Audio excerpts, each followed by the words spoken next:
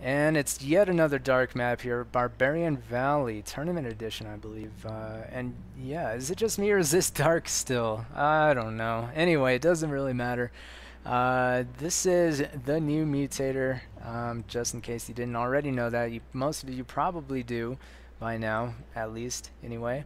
And it is Game 3 between Giant Killer General and Rat King. So this is an interesting matchup. It's kind of like the Osmodians Tournament Finals rematch, except, and here's the interesting thing, some of the players are switched around. So like instead of Donsky and I don't know, Carmisi and who else? Sam the Butcher and you know, that's like at least half the team. Instead of them being on Rat King's team, they're on Giant Killer General's team, and then these three players were on Giant Killer General's team in that match, and now they're on Rat King's team. So this is it's kind of interesting. I don't know if anybody else noticed that or not, but yeah, it's like a rematch, except the team captains have the opposite players on their team, and then you know a bunch of other players, like you know 4 other players that perhaps weren't on their team. Although I think some of them did participate, like Funky, I believe, was a participant. Although I forget which team he was on. Maybe Karma's team. I don't really remember. But yeah, some of these other players did participate, but were not on these 2 teams. Yeah, so far it's 2-0. Rat King's team is in the lead. All they need is a win here to clinch the series. And I don't know, it's going to be difficult. I know GKG says that he performs his best when there's like a lot on the line in kind of high stress situations. So I'm curious to see how this motivates him, and you know, if he's let down, if it's him letting himself down, or if it's his team letting him down, or like what is the dynamic there exactly. And yeah, I'm just curious to see what exactly happens here, as Rat King, it seems like they can coast to an easy win at this point. A couple things to remember for this map: 3 Tro. Yes, it is another dark map, and I know some of you really like dark meshes, but I'm not a huge fan most of the time. A lot of the times I do actually enjoy it, but a lot of other times I do not. So yeah, it's gonna be a lot of stuff, and a lot of stuff here for Rat King as well. Basically, we got Mortar Dwarves, we got Fetch, we got Berserks, we got Solus, we got Mauls, we got a couple Spiders, and then of course the 3 Tro. It looks like there's quite a number of Mauls here for Rat King's team, and not nearly as many, it looks like, for Giant Killer General's team. So I'm curious to see where those unit trading points are going. As you know, perhaps they're going into Mortar Dwarves, perhaps Solus, but from the looks of it, I mean, there are some Solus here for Rat King, although I think Giant Killer General took more Solus for this map, because it looks like, yeah, it looks like they do have a higher number of Solus, which is an interesting development, because if you remember, Giant Killer General normally doesn't really opt for ranged units in most situations. Artillery, yes. Ranged units, yes. I mean, yeah, he does. That's an oversimplification. But he doesn't seem to value them as highly as you know, other players with maybe not as a advanced grasp on the game mechanics. So you know, he kind of realizes that ranged units have their place, but especially in a dark map such as this, it's not always, their place isn't necessarily worth, you know, 3 unit trading points. So, but I think, you know, maybe this is a little bit different since it is last man on the hill, so all the action will be centered around this central area. And since so that's kind of what I think is happening here, because of that aspect, I think ranged units are going to be a little bit more valuable, because they're not limited by their lack of speed. You know, they don't have to move all around the map. They can stay in kind of one place and just focus fire, focus on trying to create damage. Which is, you know, I think that's the idea. And so I think what happened here was there was enough time in the game, so there's like less than 8 minutes going on right now, so there was enough time in the game where not taking as many melee, so taking fewer mauls for instance, wasn't really too bad of a it didn't really work too much against them, because they were going to be able to make up for it with the preliminary damage before the end game kind of confrontation in the middle here for the flag. And the way they do that is just to stay up, maybe keep control of the flag, and stay in a position where they can punish any kind of incursions on their territory. And as you can see, there's like 2 flanks here for Rat King that are separated, and then like 1 central flank, more or less, for Giant Killer Generals. So there's a little bit higher organization, I think, for Giant Killer Generals team. Like, who is this? This is Funky and Kruniak and myself, and we're kind of like way out of position here. And I'm like, dude, we should probably back up, but like Funky is like trying to get some shots off, but I'm starting to like not feel very comfortable here, because I'm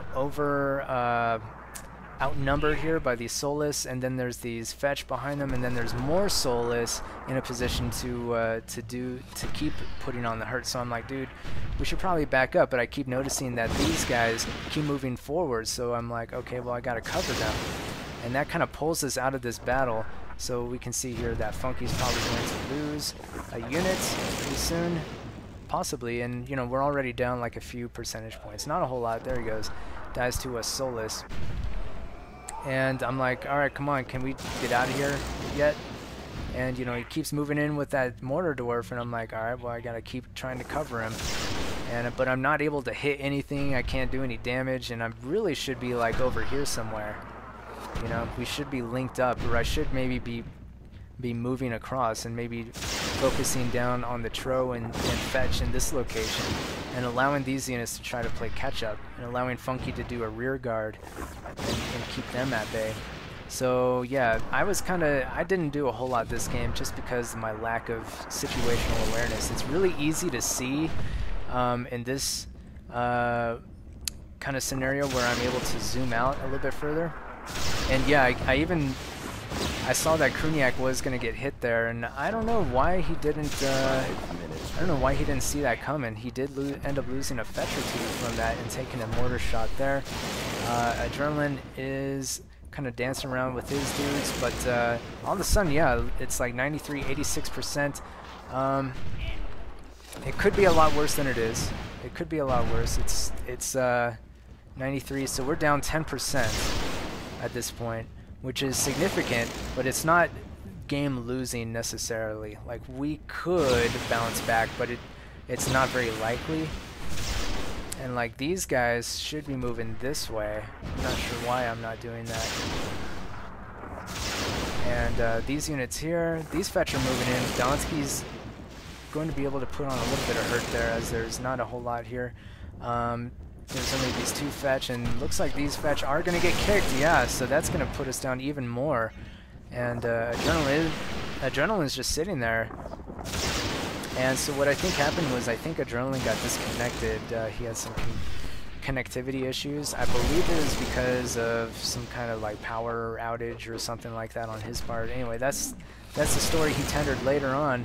But yeah, that doesn't help us. That doesn't do our team much good, although at that point, the percentages were very, very close. And actually, we pulled ahead momentarily, believe it or not. And, you know, I think that it had Adrenaline not disconnected, or, you know, had that been kind of,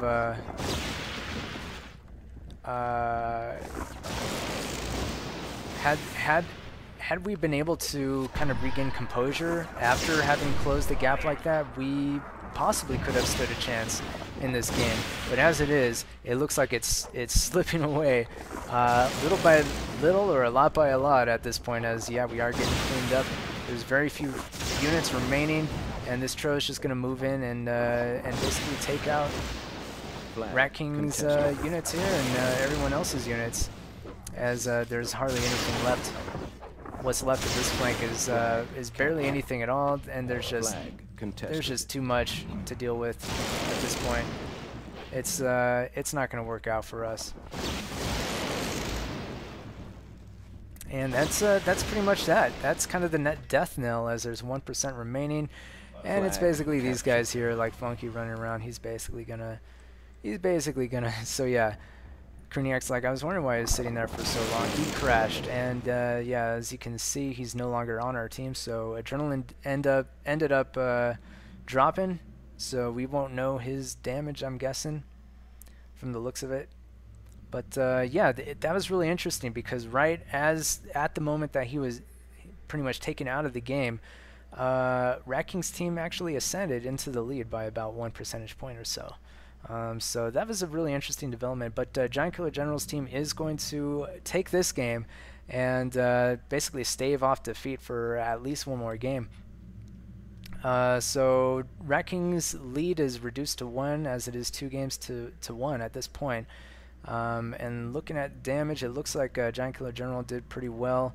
I don't know if he, yeah, I guess he had the 3 Tro. Donsky doing amazingly well, 196 damage. That's going to be the most out of anybody, I believe. Oh, this is weird. Check this out. 16 kills, 100, or is this?